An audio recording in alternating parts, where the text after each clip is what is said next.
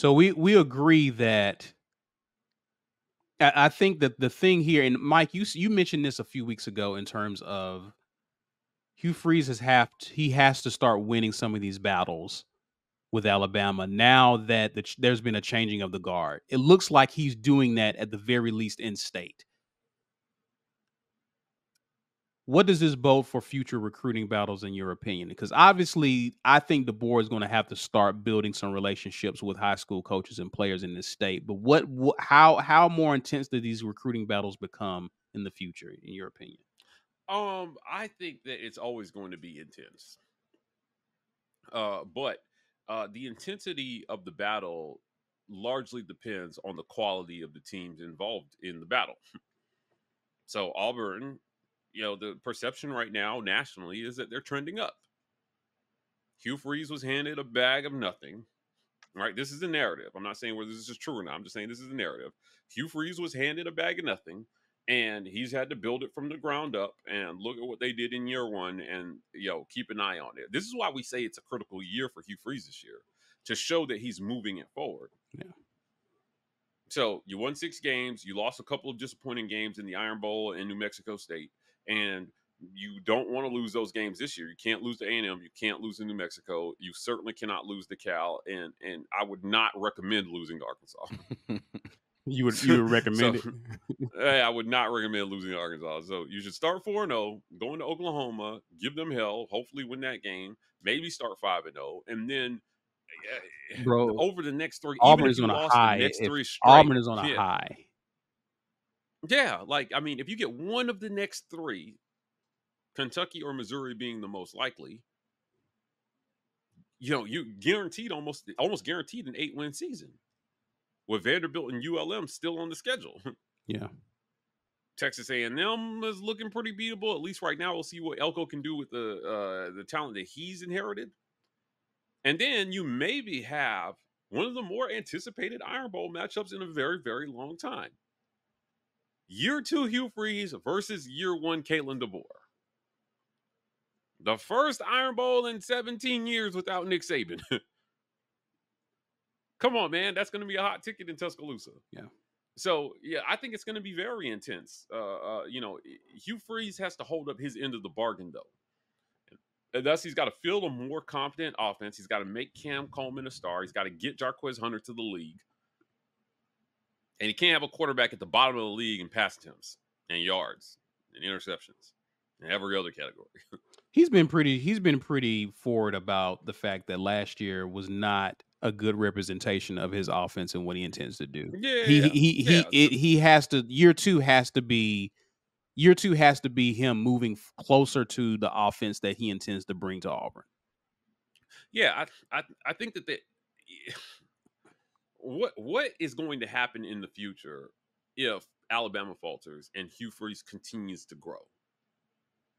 Because it has been, to me, I'm just saying, so much rode on the name of Nick Saban. He literally retired because he felt like his recruiting pitch was no longer an effective message. So he's saying, I had all this success, but the way I did it, and credit to a guy who adapted year after year for so many years. Finally, he's like, yeah, you know what? Now I don't want to reinvent myself. Not in this way. Right. Not in this way. This is the bridge too far for me. Right. Yeah, right. Hugh Freeze comes in. He's like, I got no problem with it.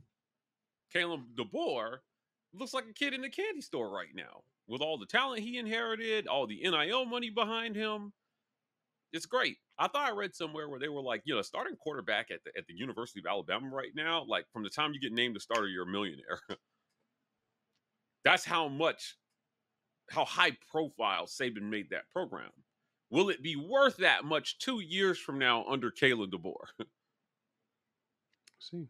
Yeah, but I say we will definitely. I would argue that it's still like the brand itself will continue to be at that level, and what they will hold on to hope is that for a couple of years, and again, this is given hypothetical situations. Let's say it isn't all sunshine and rainbows the first year. It'll be, well, Nick Saban went blah blah blah his first year. Give him time.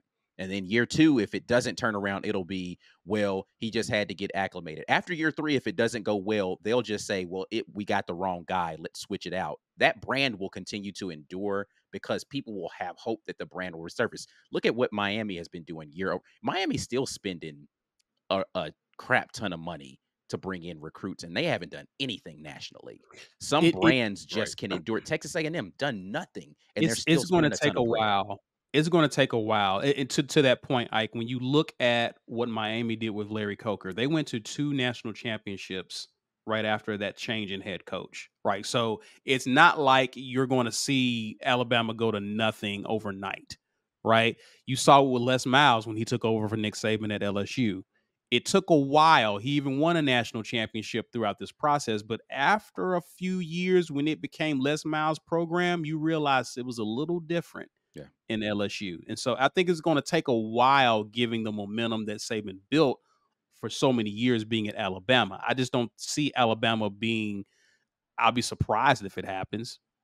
Well, well, Caesar, let's not get ahead of ourselves here, right? It could go to nothing. It could absolutely go to nothing. Mike overnight, G just did right? his Doctor Strange, and he went through all of the scenarios, and he was like, "There's one." Yeah, right? Like, let's not rule anything out here, okay? Right? It could go to nothing overnight for sure. Tony, you got to die. Look, in this universe, oh man, yeah, our Strange went to jail. Look, he's not inheriting what Nick Saban inherited. He absolutely no. He's the cupboard's significantly more a full. program, right? Yeah, markedly more in better position than what Nick Saban inherited, following up Mike Shula. And Shula wasn't terrible. He was just not a good college coach. But this what he's doing, I think, is it's got a little bit more pressure on it from day one. And Hugh Freeze, what he's done with recruiting is he's built himself equity for the future to say, let me get my guys in. He's not Freeze. I give Freeze this credit, man. Listen, this man will stick to the script. And I've said this a few times on the court in Nashville. Me and Ike celebrating Auburn's SEC tournament win in basketball, championship. And I just saw him, and I was like, "So when are we going to be celebrating your SEC championship?" The first, without hesitation, instantly, rapid fire, I need 2 more recruiting classes because the portal is not the way to build a program. And he knew it. In his mind, he already has a timetable for when this thing is going to be effective. And people are buying that message on his end. So to some extent, it takes some pressure off of you as long as you don't fall completely apart on the field. You still got to show progress every year. So no G5 losses this year, Hugh. Right. I'm sorry. Yes, we will take you to task if you lose to New Mexico or Alabama A&M. Counted with last year, but it'll be even worse. No ULM losses. Yeah, or Cal or Vandy. I'm sorry. Like, listen, bro. Yeah. Come on, man. We're not gonna deal with that this year. But assuming that those are wins and that he has improved this thing and the roster is good enough now that you can just chalk those as wins, because if they lose, it won't be a talent issue. Again, it's going to be a coaching issue that kills them in those games if they lose it. Then you got to just show improvement in some of the other ways. And you took Alabama to 4th and 31 last play with the squad you had last year. Now, it's a different proposition going into Tuscaloosa, but I would argue that was Saban's Bryant-Denny. Matter of fact, they might as well just change the name of the stadium to Saban-Denny. No, he's a better coach than Bear Bryant. Just change it to Denny's because it matches. Hey, say that on Paul Feinbaum's show so you can piss off some of the old school Bama's. He's a better coach than go ahead Bear and say Bryant. that and piss them off some more. He's got way more competition than Bear Bryant had. He's going, and we'll see. And even he complained about that fan base, leaving games early and the entitlement. And come on, man. For years, they have been the worst winners in the history of college football. And now you don't have the guy who delivered all those moments for you. The guy who delivered championships in a year where you didn't even win the SEC. He produced And if you want to sustain what he built, you have to produce. That's what Hugh Freeze gets. He knows it. He's like, I got to get the dudes, and then I got to produce. But it will be markedly easier to produce if I got more dudes. This is the point that B. Will makes all the time about the leeway, the cushion that Saban and Kirby has. Because they just have so many more guys than everybody else. They don't have to be the best on-field coaches. Yeah. They can afford to make mistakes and mess up because at the end of the day, they got guys who will go out and just make plays. Right. They seemingly, this was that whole thing that they were talking about, that you were talking about with Josh Pate, of like, the coaches around the SEC didn't think Brian Harsin got it. He thought, oh, I can coach my way. I'll develop. I can coach my way into wins. It's like, nah, this ain't the league to do that, bro. Like, that works at Boise, but down here you got to have dudes, and those dudes make plays. Harsin wanted model student athletes. I'm not saying you shouldn't go out and try to recruit that, but if you want to win, you're gonna have to take some knuckleheads and you got to get them in line. And he didn't want to have to do that. He didn't want to have to put up with the headache that comes with the entitlement of, like, I'm really that dude, so I'm gonna just walk around here like I'm that dude. But like, that arrogance and that brazenness is what makes you really an amazing athlete, because you don't care. It's the byproduct of you already being a baller. Yeah, like, you don't really like, man, I'm finna go out here and ball. Like, the question is not who's gonna let me, it's who's gonna stop me. And if you don't have that attitude when you step out there, like, that attitude, like, don't just go away when you, I take my pads off now, all of a sudden I'm just a regular dude walking around. Like, nah, this is how I live my life, bro. Yeah. Those dudes have an attitude. Those are the type of guys that they walk into Chipotle and they ask for double chicken and guac, and they don't pay for it.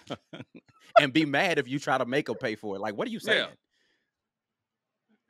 This is the guy that looks you in the eye and say, hey, don't play games with my second scoop. And then you re-scoop the chicken. Actually, no. You bring out the fresh chicken from the back and replace it, and then give him the second scoop. Exactly. Yes. Level 1000 aura.